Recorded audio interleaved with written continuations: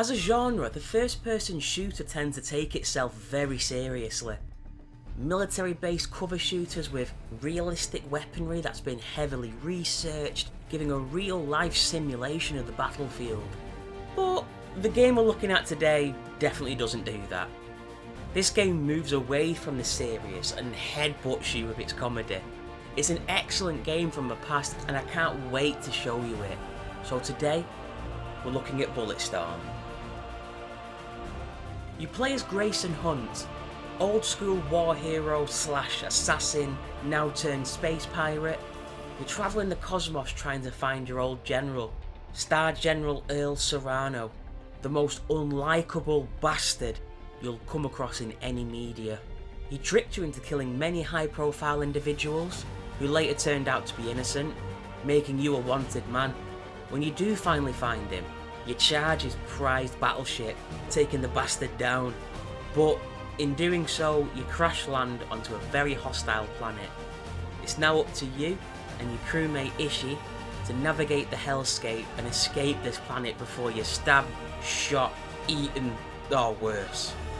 Like most first-person shooters, the focus is on combat, but not in the traditional sense. Early in the game you receive the Instinct Leash. This weapon was created by the army to rate soldiers' performance during battle. You receive points for how you kill your opponents, which you use to purchase ammo and upgrades. So if you're a terrible soldier, the army will not need to waste money on arming you. But if you're exceptional, you can keep purchasing tools to survive. Quite cruel, if not effective. So, thanks to this system, it's not about how many you kill, but how you kill them. The crazier the spectacle, the more money you make. Gone are the days of cowering behind cover. Now you've got to slide and kick and shoot enemies in the air, slam them into the ground, pin them to cacti, shoot them in the balls and then kick their heads off. There's a detailed list of how to do most skill shots, but truth be told, if you use a certain weapon long enough, there'll be some magical performances. Luckily, the Instinct Leash itself is a weapon as well, allowing you to pull enemies from afar or out of cover into a nearby rusty fence. Also, you can pull things like explosive barrels and objects to kick into enemies' faces. Opponents in this game are not obstacles to worry about. They're walking cash machines, and you're only limited by your imagination and how to get the money out. And you'll spend this on weapons and upgrades to keep you going.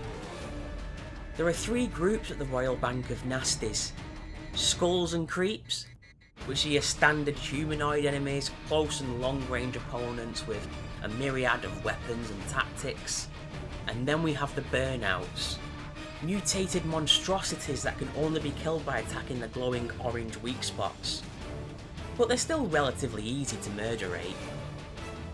Don't get me wrong, there are 2-ton fat bastards who you can't leash or take down easily, at least at the start. Once you get a few upgrades on your weapons, you get charge shots, which liquefy enemies. Unleash a few of these into, well, anyone, and problem solved. There's also, well, big man here. But fuck this guy, he's your problem.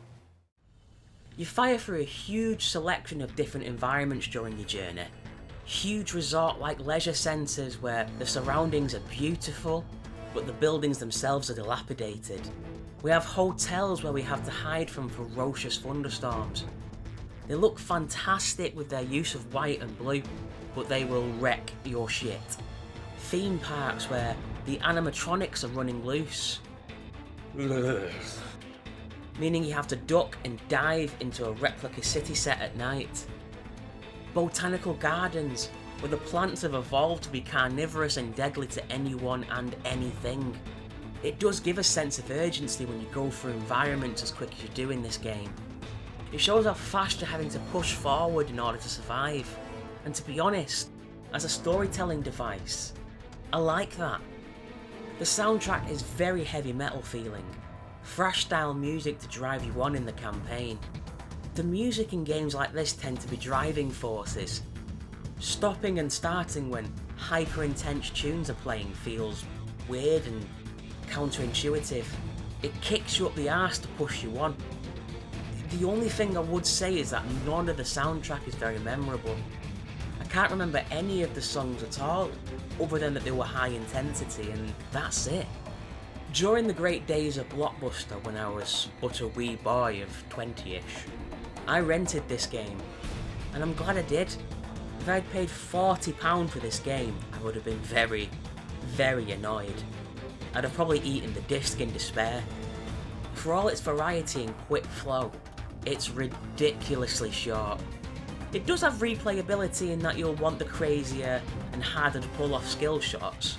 Plus there are achievements to hunt down if you're well into the game. I wanted the game to be longer not because I felt cheated, but because it was a fun game.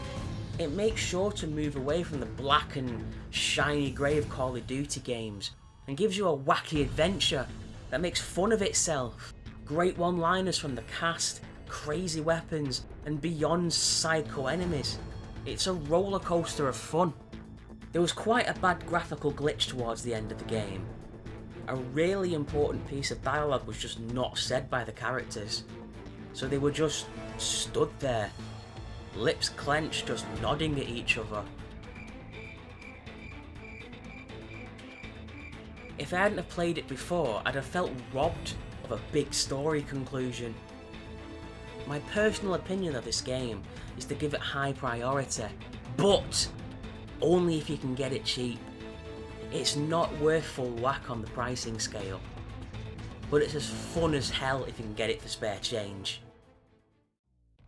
Thank you very much for watching my Bulletstorm review today. If you like what you saw, please give it a like. I publish new videos as often as I can, and if you want to see more, please subscribe and ring that bell to let you know when new videos are available.